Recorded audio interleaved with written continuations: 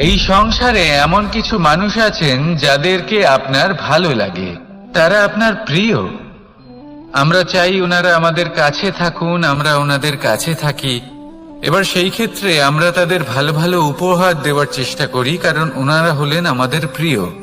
আর তার বদলে আমরা আশা করে থাকি যে ওনারা আমাদের একটু সম্মান করবেন।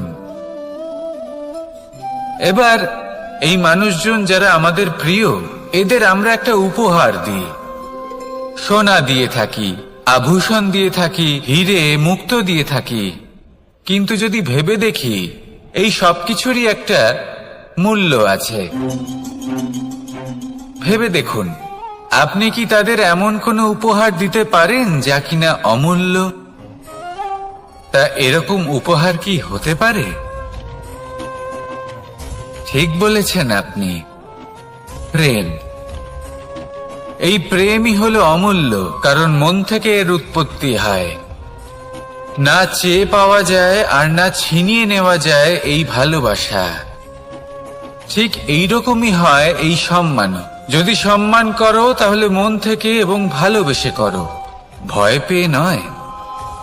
মনে রাখবেন, যে মাথা ভয়ের দ্বারা নত হয়, বিরোধিতাও প্রথমে সেই করে থাকে।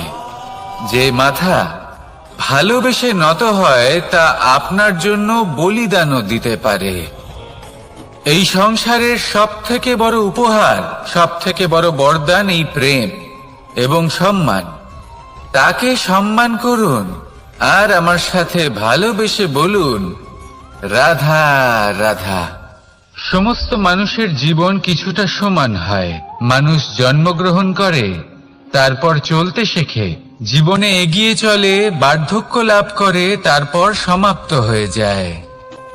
কিন্তু সেই ব্যক্তিরা কারা যারা প্রকৃত অর্থে মনুষ্য জীবন যাপন করেন?